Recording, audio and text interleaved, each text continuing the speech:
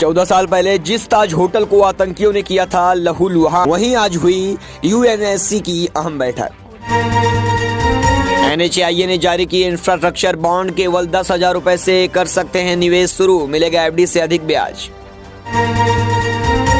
यमुना में झाग चिंताजनक, इसे दूर करने की जरूरत, छठ पूजा से पहले LG ने केजरीवाल को लिखी चिट्ठी। नोटों पर छापो लालू की तस्वीर, तभी मजबूत होगा रुपया, RJD नेता की अजीब दलील। महाराष्ट्र के नासिक में सिटी लिंक नासिक में चलाएगी 50 इलेक्ट्रिक बसें। जहां मूवमेंट दिखे वहीं फायर ठोको, 26/11 हमले का चला ये ऑडियो। ठाकरे के साथ है थानेकर, CM शिंदे के निर्वाचन क्षेत्र में लगा बैनर। मुंबई के बोरीवली इलाके में 3 मंजिला इमारत का हिस्सा गिरा, 4-5 गाड़ियां दबी। नागपुर में हो टाटा ग्रुप का प्रोजेक्ट, नितिन गडकरी ने लिखा टाटा सन्स के चेयरमैन को पत्र। देवेंद्र फडणवीस को इस बात के लिए मिला उद्धव ठाकरे का साथ, बोले आप नेतृत्व कीजिए। फिर रायपुर पहुंचे कालीचरण महाराज, कोर्ट में पेश हुए, आगे बढ़ी तारीख। देश एक नई ऊर्जा, नई सोच और एक नई उत्साह के साथ नई यात्रा शुरू कर रहा है, राजनाथ सिंह। मुंबई की बीच सड़क पर अचानक सवारियों से भरी AC बस धू धू कर जलने लगी। महाराष्ट्र के मुंबई शहर के लोखंडवाला कॉम्प्लेक्स के पास कांदिवली इलाके में गुरुवार की शाम को 6:30 बजे क्रांति नगर से रवाना हुई वातानुकूलित बेस्ट बस में भीषण आग लग गई। मुंबई के कुर्ला के एक गोदाम में भीषण आग लगी। आग की सूचना मिलते ही दमकल की 8 गाड़ियां मौके पर पहुंची और आग पर काबू पाने में जुट गई। टाटा एयरबस परियोजना महाराष्ट्र से गुजरात स्थानांतरित, आदित्य ठाकरे ने CM शिंदे को घेरा। महाराष्ट्र के मुख्यमंत्री एकनाथ शिंदे ने मुंबई महानगर क्षेत्र विकास प्राधिकरण MMRDA को 43 किलोमीटर लंबे वर्सोवा VRC लिंक के निर्माण का निर्देश दिया।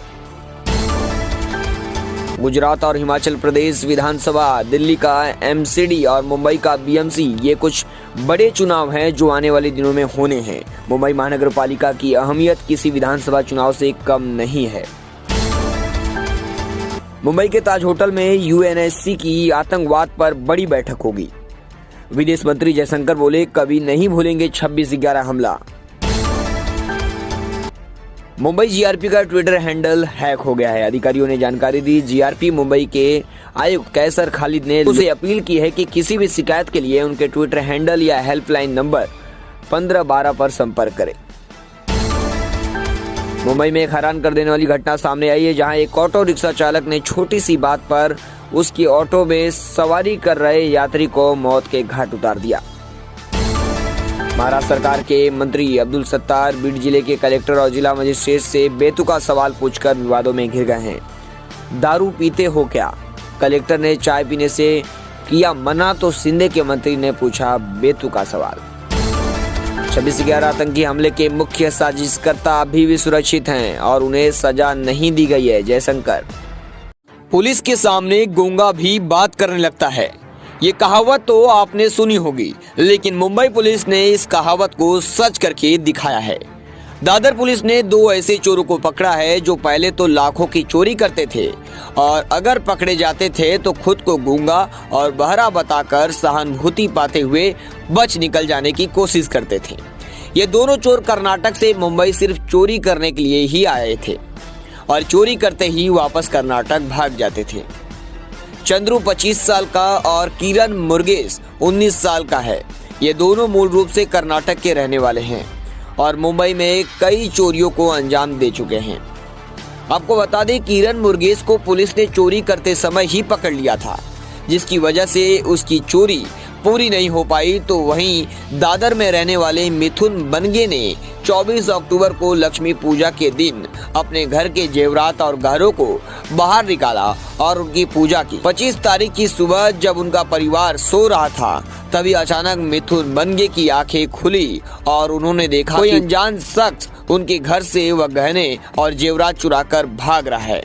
मिथुन बनगे ने तुरंत शोर मचाना शुरू कर दिया। चोर सामान लेकर कुछ दूर भागा ही था कि लोगों ने उसे पकड़कर खूब पीटा।